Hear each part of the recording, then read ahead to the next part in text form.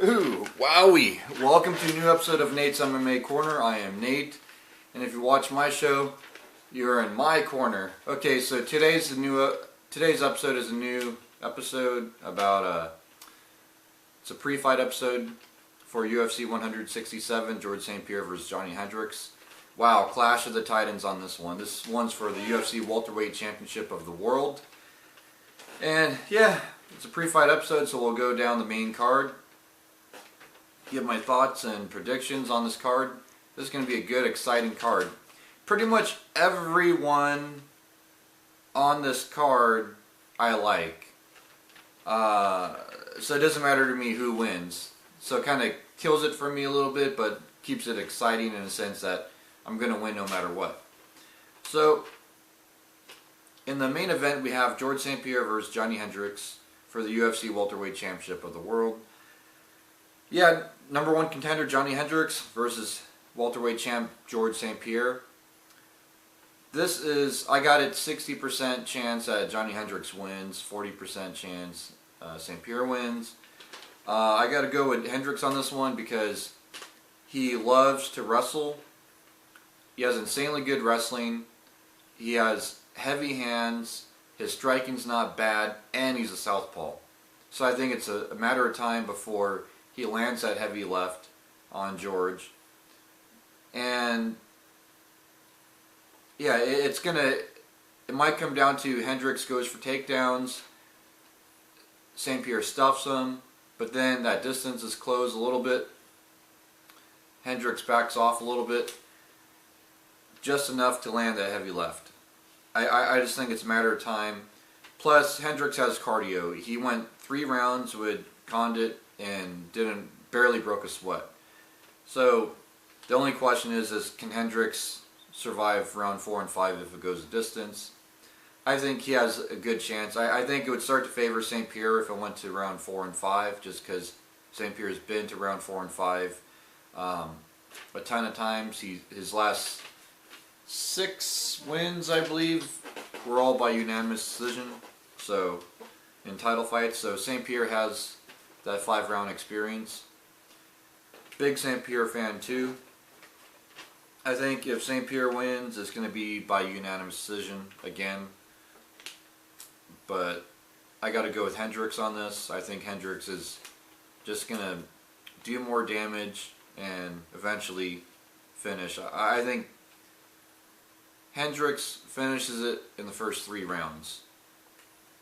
That's the most likely scenario. Hendricks wins in the first 3 rounds by referee stoppage due to punches, strikes.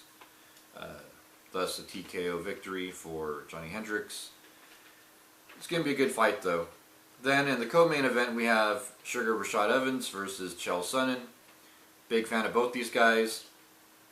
Yeah, this one I got Rashad Evans easily because Rashad can deal with Chael Sonnen's wrestling because Rashad's a great wrestler too. Plus, Rashad's more than just a wrestler. He has insanely good striking.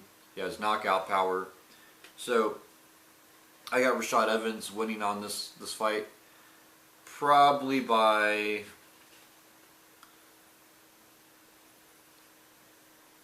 knockout, TKO, and within the first couple rounds. I think Chael's going to try to use his wrestling and out-wrestle Rashad. And it might work for a brief moment, but then Rashad will get out of it and get used to Sonnen's wrestling and start to deal with his wrestling, keep it standing. And Rashad will use his speed and get good angles and go for the knockout and get it. If anything, Rashad wins by unanimous decision because he's afraid to be too rough on Sonnen, and because they're good friends. And so, if anything, worst case scenario for Rashad, he wins by decision, unanimous. Yeah, that's going to be a great co-main event. Then, also on the main card, we have Rory McDonald versus Robbie Lawler. Robbie Lawler could win this if he lands his hands on Rory McDonald, but I don't think it'll happen. I think Rory McDonald's too fast. His boxing skills have gotten way better.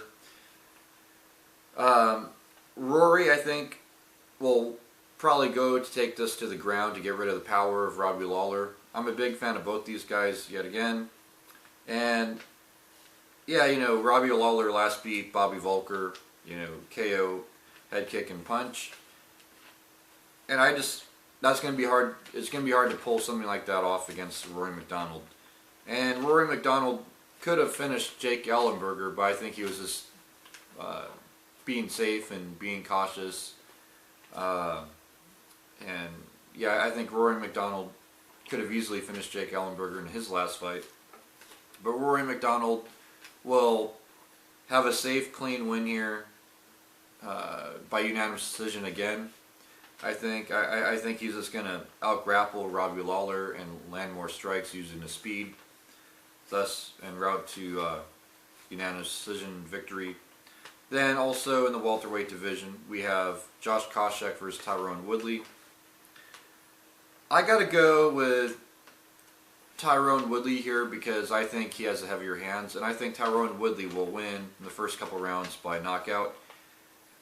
It's because Koscheck and Woodley both have good wrestling. Koscheck has a better submission skills than Tyrone Woodley, but I think Tyrone's good enough to defend the submissions.